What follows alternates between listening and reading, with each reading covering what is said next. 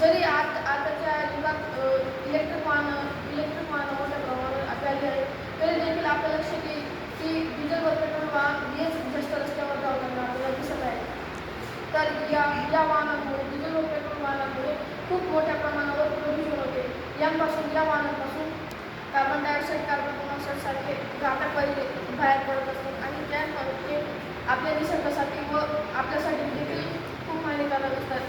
आपल्याला त्या घातक वायूपासून विविध प्रकारचे घातक रोग होऊ शकतात आणि ते एका प्रकारचे फॉसिल फ्युल्स आहेत. ते भविष्यात कधीतरी संपणार आहेत. त्यांचा साठा पुरेसा नाही.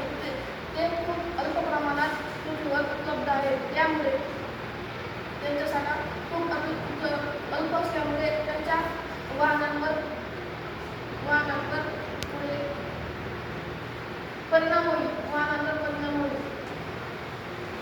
यावर उपाय म्हणजेच आपण जास्तीत जास्त EV वाहन म्हणजेच इलेक्ट्रिक वाहन देवाचे सांगितलं उपाय म्हणजेच आपण जास्तीत जास्त EV वाहन म्हणजेच इलेक्ट्रिक वाहनाचा उपयोग करणे आवश्यक आहे आणि आजच्या दैनंदिन जीवनात यांचा जास्तीत जास्त उपयोग होत सुद्धा आहे.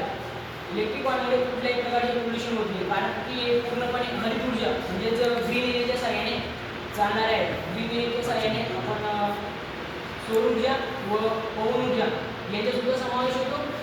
या ऊर्जेचा एक फायदा म्हणजेच हे कायमस्वरूपी उपलब्ध होणारे आहे, कधी न संपणारे आहे. आणि भारतात सुद्धा तब्बल 5.6 मिलियन इतके इलेक्ट्रिक वाहन आलेले आहेत आणि आता तर इलेक्ट्रिक बसेस म्हणजेच EV बसेस सुद्धा निघाले आहेत. यांच्या काही दुष्परिणाम नाही, पण यांची एक समस्या असते की यांची चार्जिंग संपली तर हे जागेवर बंद होतात. म्हणजे त्यानंतर आपल्याला ते रोडच निघून जावे लागतात. यावर उपाय म्हणजे चार्जिंग पॉवर स्टेशन. स्टेशनमध्ये सोलार प्लेट व सोलार या प्रयोगाला लागणारे साहित्य हा प्रयोग कमी खर्चाचा असून बहुपयोगी प्रयोग आहे. पहिले म्हणजे सोलर पॉवर प्लॅन्ट. याच्या उपयोगाने आपण ऊर्जा प्रोड्यूस करू शकतो. दुसरे म्हणजे विंड पॉवर एनर्जी. ही आपण पवन शक्तीच्या माध्यमातून केलेली आहे.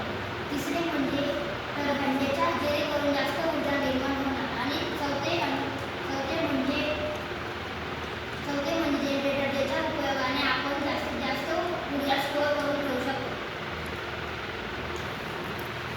यामध्ये सोलार प्लेट व पवन शक्ती यांचा समावेश होतो. यामध्ये विविध चार्जिंग पॉवर स्टेशन आहे आणि या सोलार व पवन शक्तीद्वारे जी काही ऊर्जा या बॅटरीचं साठवली ती या चार्जिंग स्टेशनद्वारे या गाड्यांना पुरवली जाते.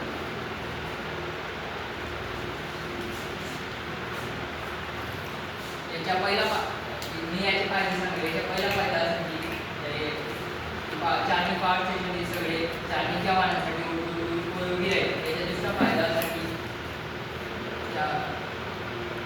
रस्त्यात जर कोणाची गाडी चार्जिंग संपली तर त्याला त्रास होणार नाही, तर सहजपणे आपली वाहन चार्ज करू शकतो.